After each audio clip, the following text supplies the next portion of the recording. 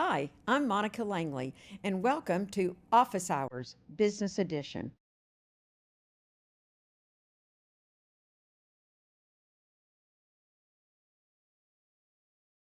We think there's so many things hitting this economy, but it doesn't seem to be really hitting the U.S. economy. Yeah. What's your view? Yeah, I think you better be careful on that one because some of these things have long cycles, so we don't know yet. Mm-hmm. People are expecting these things to happen right away, but actually a lot of them haven't happened. Like even the tariffs that quote started today actually doesn't happen until ships that were filled today get here in a month. Yes. Okay, so there's not gonna you're not gonna see all these things, and the immigration effects we don't know, and the big beautiful bill we're not quite sure. So I'm a little patient looking at that, and hopefully it won't be that damaging. But I think geopolitics dwarfs that, and I think so. One is like what it does to JPMorgan. JPMorgan can handle recessions and all these various scenarios. I always want to make sure we can handle the full range of scenarios: good, bad, ugly, stagflation, right? Whether or not you think they're going to happen. And so, but I do think the geopolitical issue and the global economic issue are significant in terms of keeping the world free and safe for democracy. Mm-hmm. And so we have doubled down on getting involved in policies that we think will help America and help the free world. Are you now pushing pause on your expansion with all this tumult going on, or are you still growing? Yeah, it hasn't changed any plans we have. So we're the same strategy to grow overseas, to grow bankers, to grow branches here, to invest in new technology. And whether we had a recession or not, that wouldn't change anything, literally. It might trim your sales a little bit somewhere, or particularly where you might think you might have too much added risk, but generally doesn't change anything. And because if you look at the geopolitics, the negative on the economy would be something like stagflation. Right. And we can handle that. Mm-hmm. But America is still going to grow, and America still is, is still the most prosperous nation the world's ever seen, is still the investment destination for a lot of, investors around the world. And I think about you lead with heart, humility, and also I think a little bit of a lot of curiosity and a little bit of listening, surprisingly, because I think everybody wants to hear what you have to say. Do you agree with those as hallmarks of your management style? Somewhat. I think, first of all, listening is important. I tell people here, when I go to a meeting, I've done the pre-read, and they get 100% of my attention. And I listen, and I mostly will ask questions that, to dive deeper, to understand it deeper, to, if you're trying to find the so what or what you're going to do.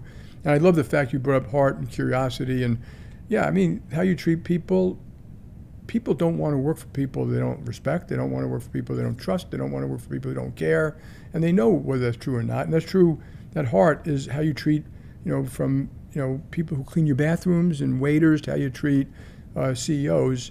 And it's respectful. And even when we do certain bus trips and stuff like that, you're learning a tremendous amount from the tellers and the branch managers who still know more about, what goes on in a branch than I'll ever know. So curiosity is a form of humility, and it's a form of constant learning. And heart is kind of the same thing. I think everyone in business thinks that when a new technology happens, like AI or EVs, they all think that we're in the ninth inning of the game. No, we're in the first inning. You've seen this through your whole career. The second and third innings can look completely different than the first. And the most important skill as a leader in the company is your speed and your flexibility. What about supply chain? Okay. That's a sexy topic. Believe it or not, yes, and it's become the bane of your existence sometimes, yes, it right? is. I would say of all the C-suite jobs that people should aspire to, if you want to make a difference in our society, I would pick one: supply chain. Now, what was your major undergrad, and what would you do today? General business. I would go right into supply chain. Look, you got to think about it. Think about it, especially in a company like Ford. Our thousands of parts are coming from all over the world. A supply chain expert has to know about all the geopolitics.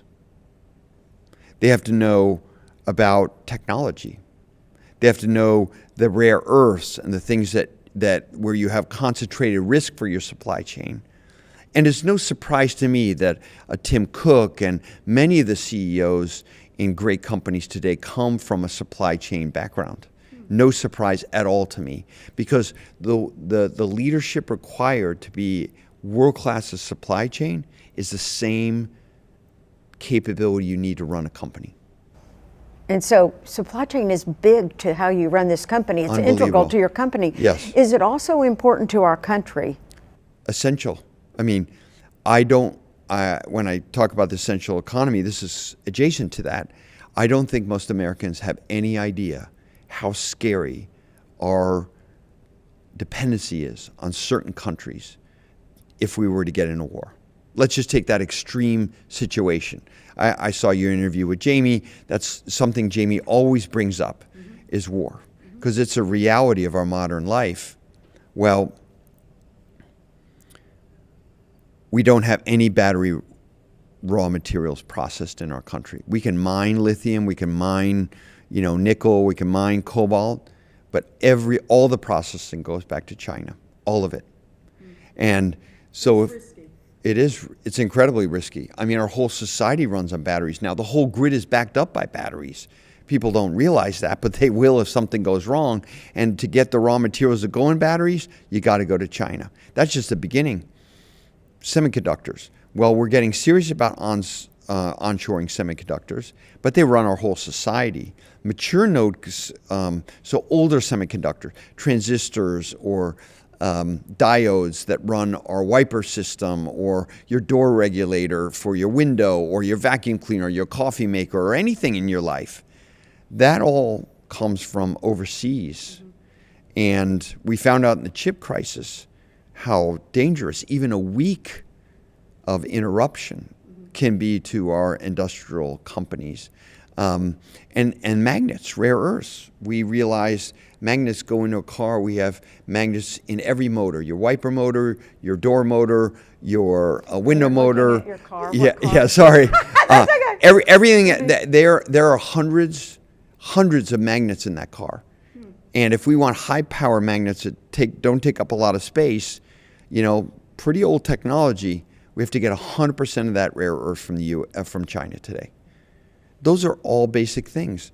How are we going to deal with that as a country? Do I work with the DOD and the government and academia to solve that problem like the essential economy?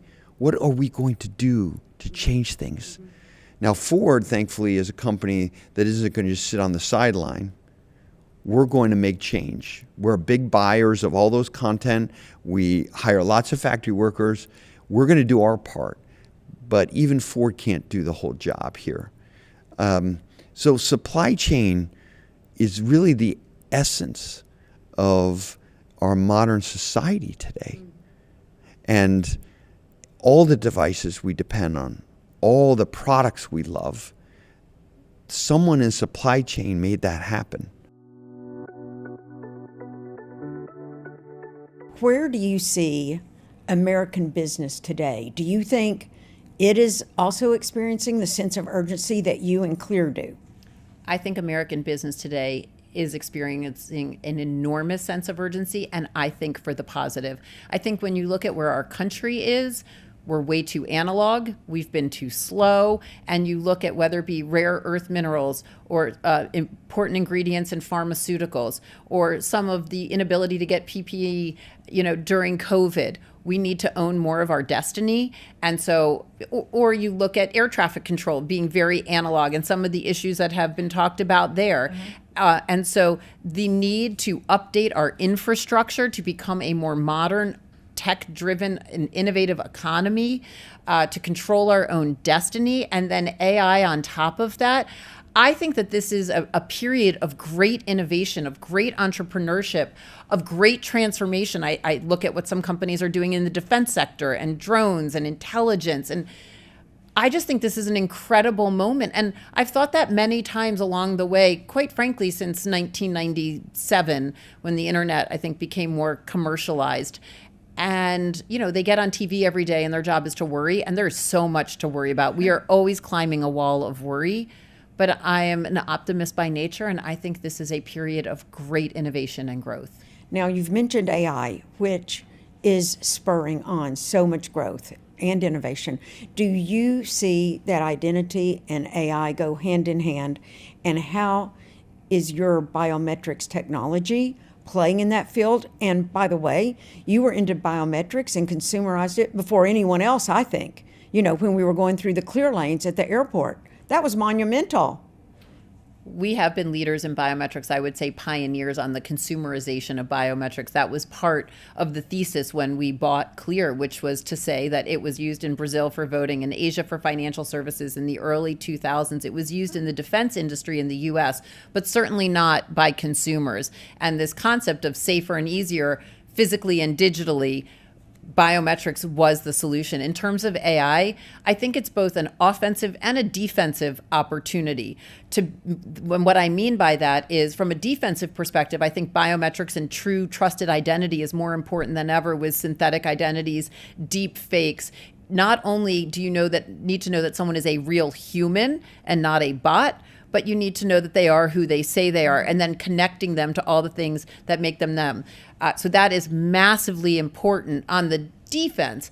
On the offense, I would say there is such enormous opportunities to further your business with AI, to better understand your data, to personalize your experiences, to be more efficient, to be faster with product building and product launching and product creation, that I think it's an incredibly exciting time. But foundationally, identity has never been more important. You have crypto, right? You have to have a 12-digit hash in order to find your money. And when you don't have it, you're SOL. That's insane, yes. Right? So of course you need biometrics there. Access control. Unfortunately, the world's not getting safer. And you need to know that someone is who they say they are, real time, and that they're where they're supposed to be. That could be digital access online. That could be physical access to a building. Healthcare. Opportunities to massively transform that industry. And so identity has never been more important. And it's not just, we've always said a driver's license is not an identity. That is an ID. An identity is connecting you to, you're definitely who you say you are, and connecting you to all the things that make you you. And that is where I think the true magic happens. And with the fear of AI keeping people out of the job market early on, I wonder, you do say, look in the mirror and you're the problem, but can you say that to people who can't find a job or have just been laid off? Well, it's certainly scary when you can't find a job or you've just been laid off, but scary when I went bankrupt too. And, and the economy was bad, quote unquote. Yes, in those days. It was. And, we were just coming out of 1982 with 17% fixed interest rates. I remember that. And that's the economy that I went bankrupt in. Yeah. Hello. So that's when I was buying my first house. It was not a good time to be at the bottom and have your teeth kicked in. So it's scary. It's legitimately scary when you're there. But sometimes you really can't control everything that happens in the macro economy. If you're an individual in that situation, the only thing you can control is the controllables, and that's you. So sometimes it has to do with outlook. Pan back and say, okay, I remember distinctly being in broadcast that the internet was going to put broadcast out of business. Yeah. When it came on board. And that all these people were going to be completely out of work, and the internet was going to replace workers, and we were going to lose all these workers. And we did lose some because of the internet. Some entire industries have evaporated because of the internet. And think of a regional shopping mall today, given the advent of Amazon, and they drop it on your porch, and I don't have to go fight the crowds. I know, don't you love it? And so that I wouldn't want to be, so some when a disruption of a technology comes on the scene, it always damages some sectors, but it also equally gives all kinds of advantages and opportunities. Okay, so AI is nothing more than a disruption. It is not an evil force. It's amoral. It's not good or bad. And so it's going to create more millionaires than the internet created for those that decide to take advantage of what it can bring us and use. It's going to create more jobs and more opportunity than the internet did. Ultimately. And it's also going to destroy entire segments, what they're doing. my production team here has been geeking out because we're in this room, and you all you use AI a lot in the process, and you do 3D models. We do, yeah. I wish the viewers could see this room. It's so much fun. We have a atelier over there where we do the runway here, right? So the runway shows, our designers come down, they can co-create here. We have digital product creation. You're right, we use AI. We do a lot of consumer validation work as well. So spotting trends. You know, we talk about magic and logic here, Monica, and neither one trumps the other, right? I mean, it's important to have both. So our creative people come and they imagine things that I can't speak for you, that I would never imagine, right? But we also augment them and show them using AI and helping them understand trends that a human eye would have a hard time seeing. What things are happening out there, and their unique human inspiration based on these inputs create a whole new level, a whole new echelon, if you will, of creativity. We use AI in a lot of other parts of our business, but that's the most fun part. Yeah, exactly. How do you keep a learning mindset yourself? Because Wow. you are a busy man. Yeah, it's hard, and you know, I'm naturally curious, which I think has helped me through my career, but you know, honestly, more and more, especially with things like AI, I think reverse mentoring, and I just spent a session yesterday with some of the smartest people I've been associated with. Thank God they're on our team. And just asking, they were probably thinking dumb questions, but just probing and learning from the people we have. One of the things that has become obvious to me is Tapestry doesn't know what Tapestry knows, right? We have all these buckets of knowledge, and how do we unlock those? How do we learn from each other? And yes, of course, outside influences are important, and we do a lot of that as well, but I find some of the most productive things from my learning journey are just people in our own company and spending time with them and understanding how they solved different problems and their unique positions and how they're coming at things. Another hot topic you're in the throes of is AI. What is its application, artificial intelligence? What is the application here on campus? As someone from the corporate world, I have learned academia does not really move at the speed of business or necessarily technology. Correct. So how are you changing that at UT? So we're working as hard as we can to get faculty up to speed on what it is, how to use it. There's an interesting article not long ago in the Chronicle about how higher ed in general they'd faced this, thought about it incorrectly was the assumption. Wow. They thought about it as, oh, this is dishonesty, this is cheating, as opposed to how do we help students understand what it is and be ready to use it in the workplace. And they need to be leaders in it, Right. actually.